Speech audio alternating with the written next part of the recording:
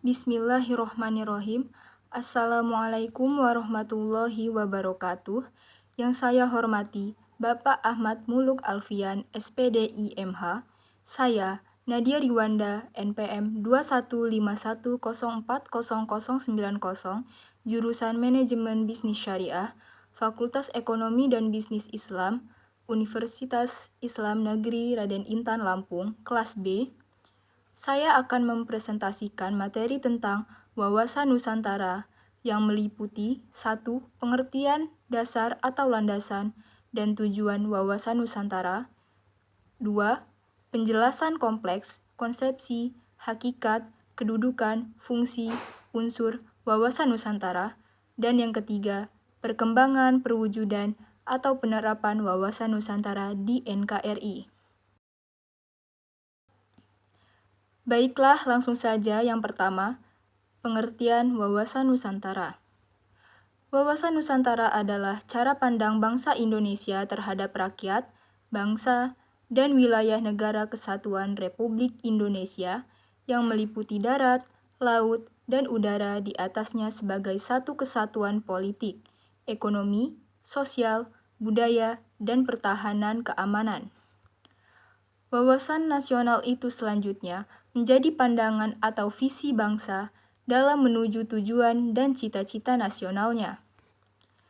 Selanjutnya ada tujuan. Tujuan wawasan Nusantara secara umum adalah mewujudkan nasionalisme yang tinggi di segala aspek kehidupan rakyat Indonesia. Bentuk nasionalisme ini adalah lebih mengutamakan kepentingan nasional daripada kepentingan individu, kelompok, golongan, suku bangsa, ataupun daerah. Dalam tujuan tersebut terdapat 3. Yang pertama ada tujuan nasional. Tujuan wawasan Nusantara dalam pandangan nasional dapat dilihat dalam pembukaan Undang-Undang Dasar 1945 yang berbunyi, untuk melindungi segenap bangsa Indonesia dan seluruh tumpah darah Indonesia, dan untuk mewujudkan kesejahteraan umum, mencerdaskan kehidupan bangsa, dan ikut melaksanakan ketertiban dunia yang berdasarkan kemerdekaan, perdamaian abadi, dan keadilan sosial. Selanjutnya ada tujuan ke dalam. Tujuan wawasan Nusantara ke dalam adalah sebagai penjamin persatuan dan kesatuan di segenap aspek kehidupan nasional. Aspek ini meliputi aspek ilmiah maupun aspek sosial. Bangsa Indonesia memiliki kewajiban untuk terus meningkatkan kepekaan dan berusaha untuk mencegah serta mengatasi sedini mungkin faktor-faktor penyebab timbulnya disintegrasi bangsa.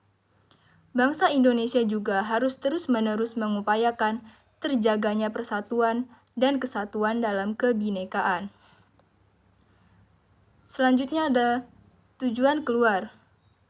Tujuan wawasan Nusantara keluar yakni menjamin kepentingan nasional dalam menghadapi era globalisasi yang semakin mendunia. Selain itu, bangsa Indonesia juga memiliki kewajiban untuk melaksanakan kemerdekaan, perdamaian abadi, dan kerjasama untuk saling menghormati. Baik, selanjutnya yakni penjelasan kompleks, konsepsi, hakikat, kedudukan, fungsi, dan unsur wawasan Nusantara. Yang pertama ada konsepsi. Wawasan Nusantara juga memiliki 2 konsep dasar untuk memahaminya, yaitu Trigatra dan Pancagatra. Kedua konsep ini tidak dapat berdiri sendiri dan menjadi satu kesatuan. Yang pertama ada konsep Trigatra. Konsep ini memahami wawasan Nusantara menjadi 3, yaitu geografis, demografis, serta strategis. Geografis adalah pengetahuan tentang letak Indonesia yang berada di antara 2 benua dan 2 samudra.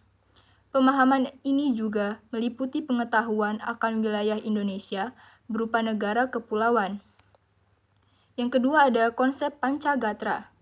Konsep ini memahami wawasan Nusantara menjadi 5, yaitu ideologi, politik, ekonomi, sosial budaya, pertahanan, dan keamanan.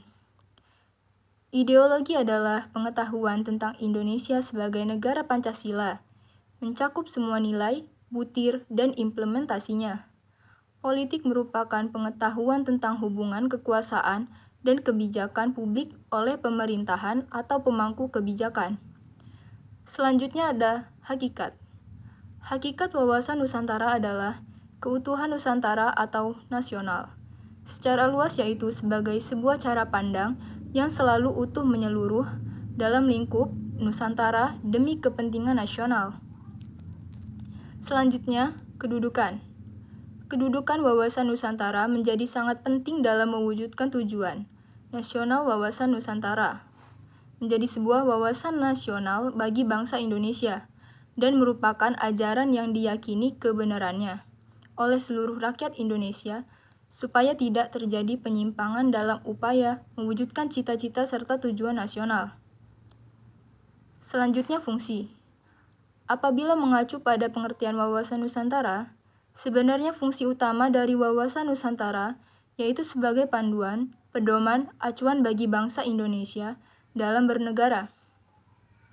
Fungsi wawasan Nusantara sendiri terbagi ke dalam 4 kategori, yaitu yang pertama, sebagai wawasan pembangunan, kedua, sebagai konsep ketahanan nasional, ketiga, sebagai wawasan pertahanan dan keamanan, dan yang keempat, sebagai wawasan kewilayahan.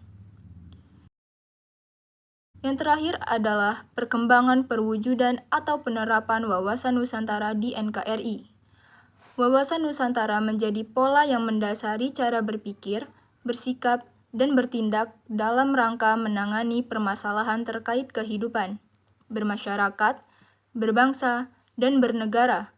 Wawasan Nusantara dalam aspek-aspek kehidupan nasional terkait dengan kehidupan dan pergaulan dalam bermasyarakat, berbangsa, dan bernegara yang diterapkan dalam yang pertama ideologi, kedua politik, ketiga ekonomi, keempat sosial budaya, dan yang kelima ada pertahanan dan keamanan.